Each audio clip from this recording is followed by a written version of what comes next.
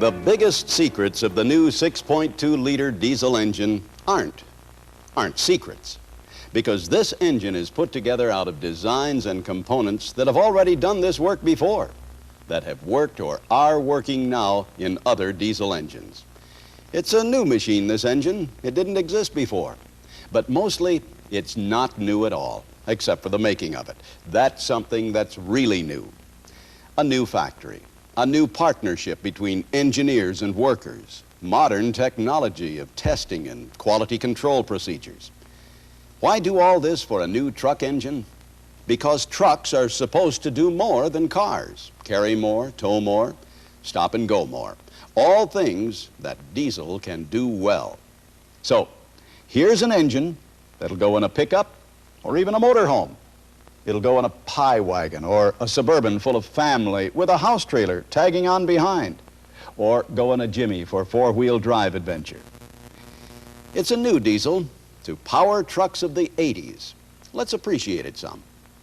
If you're going to make a brand new engine for GMC trucks, why make it a diesel? Because diesel fuel is punchier than gasoline. On a gallon-for-gallon basis, diesel fuel has more energy than gasoline, and diesel fuel is more completely burned because of the nature of diesel combustion. In a gas or diesel engine, for the piston to make one trip up and down in the cylinder, the crankshaft must revolve 360 degrees. In this diesel, there is combustion going on for 130 degrees. In a comparable gas engine, the combustion process starts and stops in 15 degrees of rotation. So, combustion spans 36% of the time in a diesel and 4% of the time in a gas engine. More complete burning gets more out of the fuel. Time, plus the extra oxygen a diesel uses for combustion, gives you lower levels of hydrocarbon and carbon monoxide molecules in the exhaust. While the diesel combustion process does produce more nitrous oxides and sulfur dioxide, in the light-duty applications of the 6.2, there's an EGR system to reburn exhaust gases. As a result, the 6.2 diesel meets emission standards without using a catalytic converter. The 6.2, like all diesels, is a compression ignition engine. That means that instead of fuel being ignited by a spark plug, it's ignited by the heat generated by the compression of air in the cylinder. On the intake stroke, when the piston moves down, a quantity of air is drawn into the chamber. As the piston moves back up, the air is compressed and squeezed into a very small space. In fact, squeezed to 21.5 times smaller than its original volume. When air is compressed, molecular agitation takes place, creating a lot of friction. The friction increases cylinder temperature up to 1,000 degrees Fahrenheit, which is hot enough to ignite the fuel. Just before top dead center, a precisely measured amount of fuel is injected. The intense heat of compression causes the fuel and air mixture to ignite, resulting in a rapid expansion of gas contained in the air, mostly nitrogen. The force of this drives the piston downward, and through the connecting rod and crankshaft turns downward pressure into rotating energy. A diesel and a gas engine are actually driven by hot air.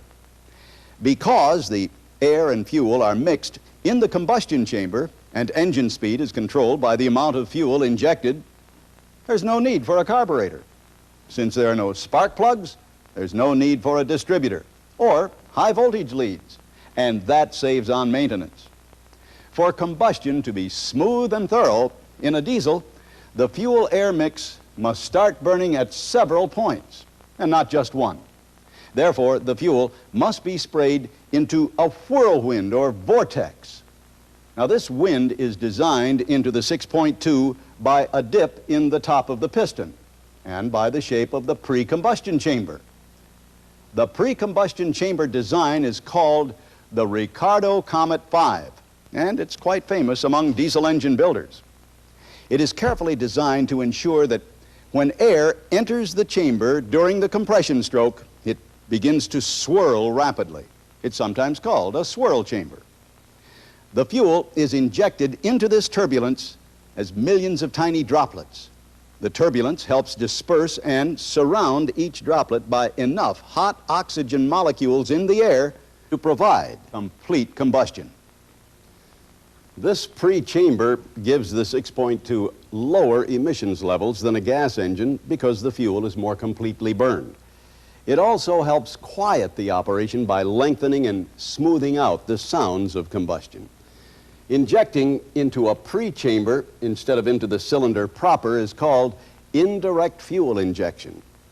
The pre-chamber also uses a glow plug preheater for easier starting in colder weather.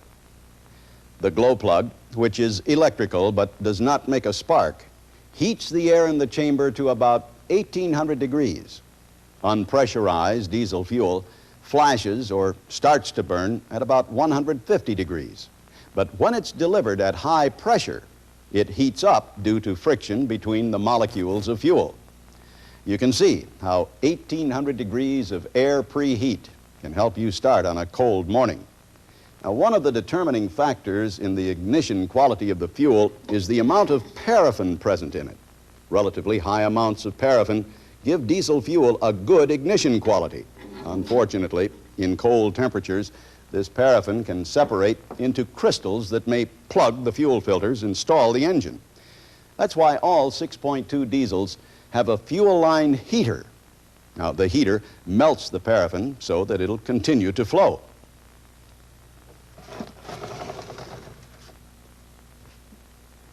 The heater is in line and, in fact, a component of the fuel pipe assembly between the fuel boost pump and filter. The heater has a thermal sensor that switches the unit on when the fuel temperature is 20 degrees or less. It's a 100-watt heater that, in only several inches of the fuel line, raises the temperature of the fuel 30 degrees. Diesels, including the 6.2, are high-pressure engines. Pressure in the fuel delivery lines may rise momentarily to 4,000 pounds per square inch. Fuel travels through the lines at the moment of injection at the speed of sound. Pressure in the cylinders is great and constant.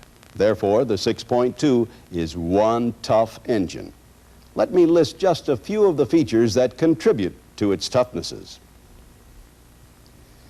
Each head is bolted on with 17 bolts, positioned so there are 5 around each cylinder. Each main bearing cap is held by 4 bolts. This is a nodular iron crankshaft with pressure-rolled fillets. Translate that to strong, very important. Why? Because the crankshaft, connecting rod, piston, and all the necessary bearings are really the pressure parts. These take the tremendous drive of the 6.2 and convert it to wheel-turning RPM. So strength is important. The cylinder block is cast iron with reborable cylinder walls. The pistons are cast aluminum with 3 rings, 2 compression, 1 for oil control. The heads are cast iron with the built-in pre-chamber. Valve seats hardened by electricity, and a special drilled-in cooling passage across each valve bridge to bring water in where it's needed. Where water isn't needed is in the fuel system, and we'll get to that in a minute. This is the camshaft drive with a double roller chain and hardened sprockets. Timing, incidentally, is set at the factory with microwave and photodiode detection probe, which signals the computer that adjusts the timing. The valve rocker arms are nodular iron, like the crankshaft. Intake valves are silichrome steel with chrome stems. Exhaust valves have stellite facings and positive valve rotators. Now, to lift the valves, instead of using a traditional lifter barrel riding on the camshaft, the 6.2 uses roller lifters. Literally, a roller that rolls along the camshaft cam face. This mechanically reduces friction and wear instead of relying completely on the oil to do it. Engine oil takes more of a beating in a diesel because of the greater pressure loads on bearings and moving surfaces. Also, the higher cylinder pressure works constantly to force some combustion byproducts past the rings and into the oil, which can eventually dilute the oil. That's why recommended oil change intervals are very important with a diesel. However, because of the roller lifters, it's possible to have recommended oil and oil filter intervals of 5,000 miles for the 6.2-liter diesel, 2,500 miles for severe use. The fuel injection system uses a Stanodyne mechanical distributor and Bosch Pintle-type injector nozzles. Again, two known names, two performance reputations. Important steps have been taken to prevent water damage to the fuel delivery system in the 6.2. In a gas engine, minimal amounts of water may actually improve combustion. In a diesel, water in the fuel delivery system, particularly when the engine is turned off, may ruin pump seals and corrode injectors. When the engine is running, the water will not atomize in the same manner as the fuel, and performance may suffer. Where does water in the fuel come from? Primarily from condensation. There's water in air. In fuel tanks at the filling station or in the vehicle, as fuel is drawn out, it's replaced by air. This air may weep into the fuel, and there's your water. Now the problem is how to keep it out of the engine. The answer is take precautions. This precaution is in the fuel tank itself. Water is heavier than diesel fuel and will settle into a layer at the bottom of the fuel tank. In the tank is a water-in-fuel probe. It consists of an electronic module mounted in the tank, a probe-type sensor on the pickup pipe in the bottom of the fuel tank, and an amplifier that activates an instrument panel warning light. This light will come on whenever there's more than 2.5 gallons of water in the tank. Now, to get that water out, a fuel siphoning tube with a shutoff valve is provided near the vehicle rear spring hanger. This is used to siphon the water out of the fuel tank. In addition to the water and fuel indicator, there's a standard fuel filter mounted on the sending unit that's designed to prevent approximately 3.5 gallons of water that may collect in the tank from entering the fuel system. This fuel filter is a sock that allows fuel to flow, but not water. The sock is made of aceton material that will wick fuel from the tank until the sock is 90% submerged in water. Okay, we've been inside the engine a lot. Let's look at the outside. It's a familiar-looking 90-degree V8 shape. It does not have a blower. It is naturally aspirated. It is designed in two versions for light-duty truck applications. The LH6 for trucks up to 8,500 pounds GVWR, and the LL4 for trucks over 8,500 pounds GVWR. The 6.2 has a tow rating.